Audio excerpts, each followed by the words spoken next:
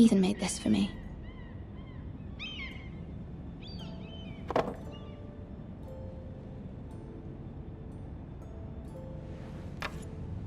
Asher sent me this coin to remember him. What a strange place, Essos.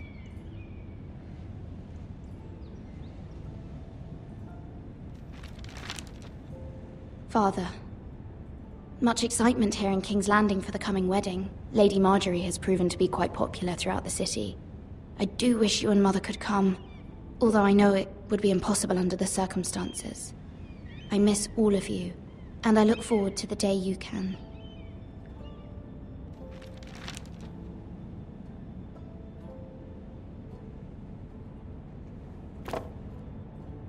It was very kind of Lady Marjorie to give this to me. It once belonged to Lady Elena.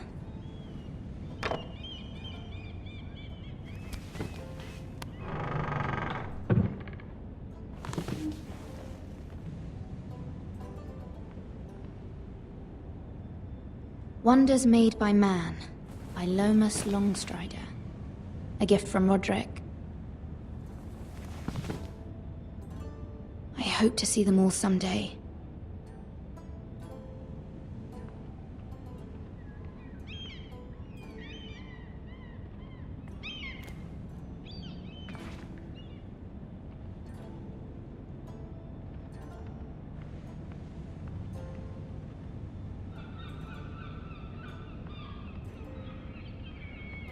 King's Landing. I wonder if it's sunny at Ironrath today.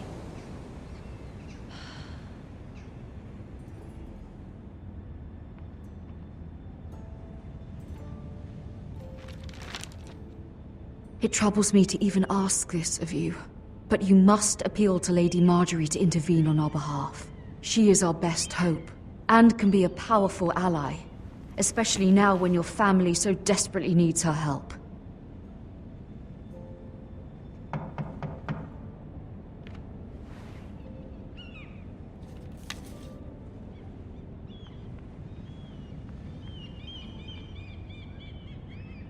One moment.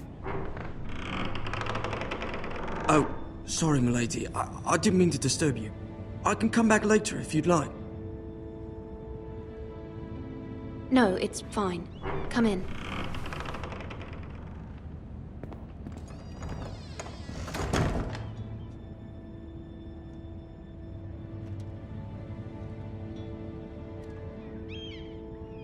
Begging your pardon, milady, but you all right? If you don't mind my asking, you seem rather upset. I'm just worried about my family. Ah, letter from home, is it? It's kind of you to ask. Of course, milady. You've always been kind to me. Please hurry if you can. Lady Marjorie will be here any minute. Of course, milady. You work for Lady Marjorie? I may be wrong, but it seems like you do. It's widely known that I work for Lady Marjorie. I've seen you with her before. You seem like good friends. I saw Lady Marjorie just this morning, outside the Royal Sept, talking to Queen Cersei. Cersei?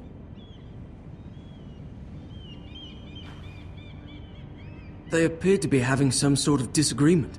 I couldn't hear much, but Why are you telling me this? I heard them arguing about House Forrester and... House Forrester?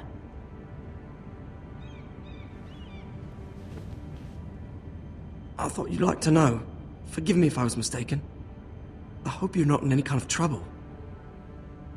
Most people don't tend to notice a callboy. Not in King's Landing, with so many lords and ladies about. You see and hear all sorts of things when people don't even know you're there. Good night, milady.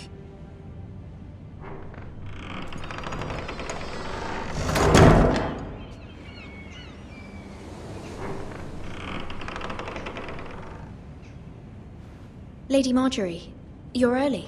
I was hoping there would be time for us to talk. Come, there's something we must discuss.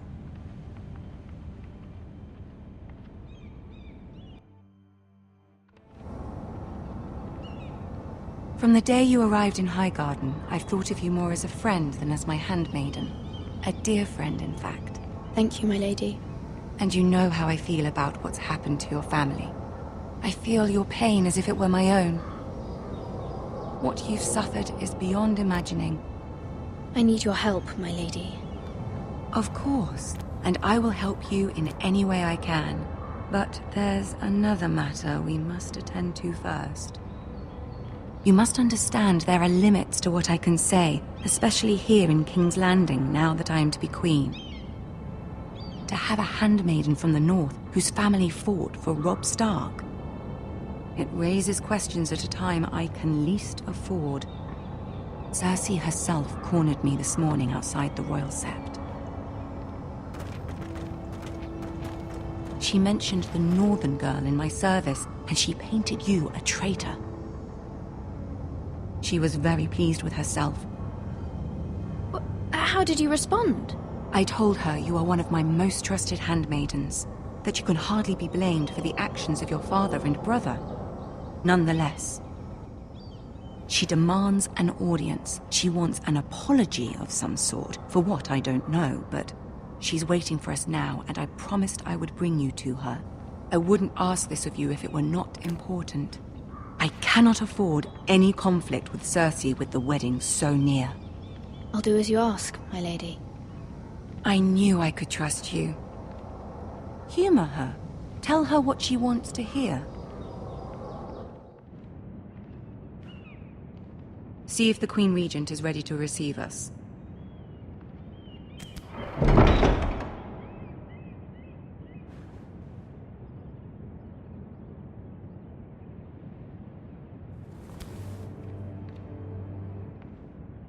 You'll be fine. I know you will. You may feel one thing, but you must say another.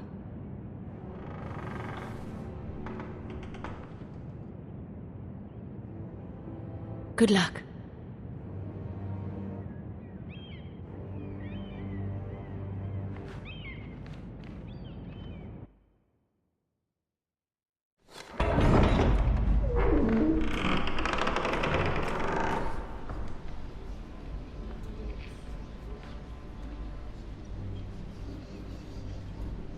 You can do this.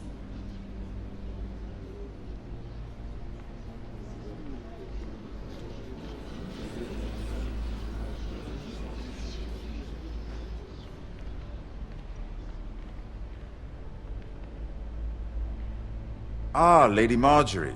Aren't you looking lovely this evening? Lord Tyrion. Your Grace? With your permission, allow me to introduce Lady Mira of House Forrester.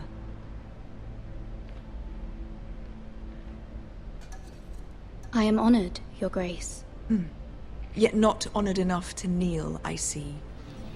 House Forrester is a northern house loyal to the king. Are they? I beg your pardon, Your Grace. I wasn't talking to you. I want to hear from the girl. Is your family loyal to the king? Perhaps you should ask the new Lord Forrester. He's not here, is he? She is. House Forrester's loyalty to the crown never wavers, Your Grace. I see. And yet... For centuries, the Forresters have been loyal bannermen to House Stark.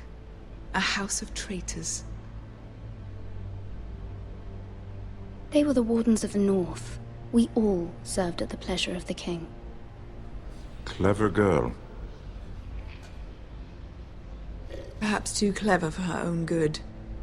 The girl did say their loyalty was unwavering.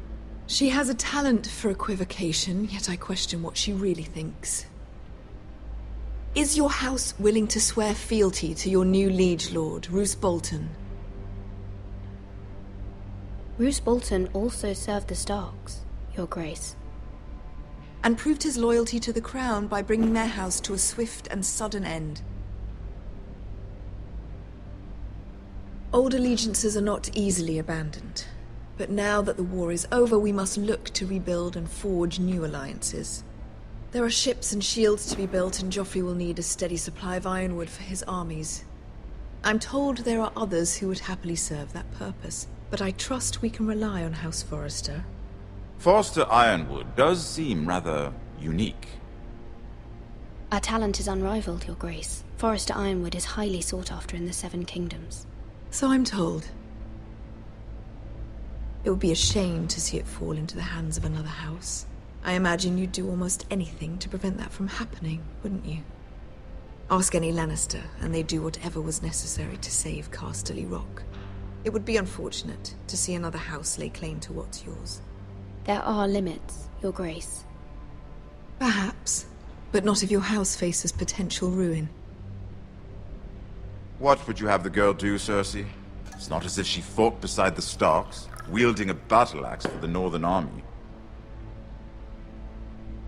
It raises an interesting question, I suppose. Can we truly blame those who end up on the wrong side of the wall? Our dear Marjorie here was betrothed to Renly Baratheon on the false assumption that he would one day rule the Seven Kingdoms. Can we fault her for her mistake? Should she be held accountable? I won't judge her, Your Grace. I wasn't there. I didn't face her decisions. Aren't you a delightful girl? If only one could flit through life without ever holding an opinion of their own. If there's a point to this, I hope you find it quickly. Loyalty can be such a hard thing to define. This city alone is filled with all sorts of ambitious opportunists looking to reinvent themselves, pretending to be something they're not. Who knows what lurks within their hearts? You are a girl from the north, here in service to Lady Marjorie. One can only assume her interests are yours. Yet loyalty to a king, that must be absolute, beyond question. And if your loyalties were to become conflicted between your king and the very person whom you serve, what would you do then? I'm sure she Let the would... girl answer the question. Go on. My loyalties would never conflict, Your Grace. That's a coward's answer. I will not have my time wasted by a northern girl who thinks she can play games. Who do you choose?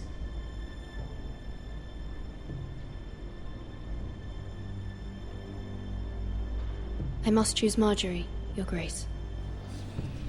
Clearly your handmaiden does not have her priorities straight. She is a threat to the crown, isn't she? The most dangerous handmaiden in all of King's Landing. She's headstrong, isn't she? Not surprising, I suppose, for a northern girl. But not very encouraging either.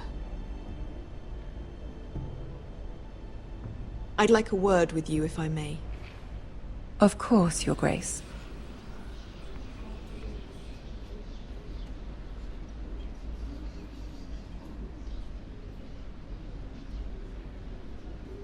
I'll walk you out.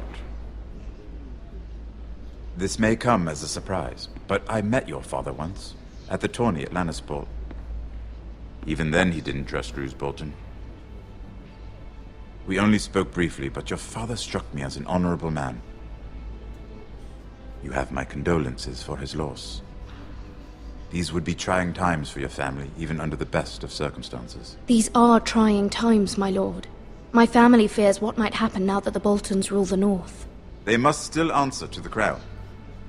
You shouldn't forget that, nor should they. You were brave to declare your loyalty to Lady Marjorie. No doubt she was pleased, but Cersei, she will not soon forget what you said. It was quite the first impression. I, of course, found it all highly entertaining. I wasn't trying to please her. I think that was clear to everyone. My sister and I have our differences. She takes great pleasure in her little charades. I take mine in thwarting them. We must find our amusements where we can. She threatened to give your ironwood to another house. It is the Master of Coin who decides such matters. The crown needs boats. Boats need wood, and I speak for the crown in this regard, not her. You can help my family. I suppose the crown could be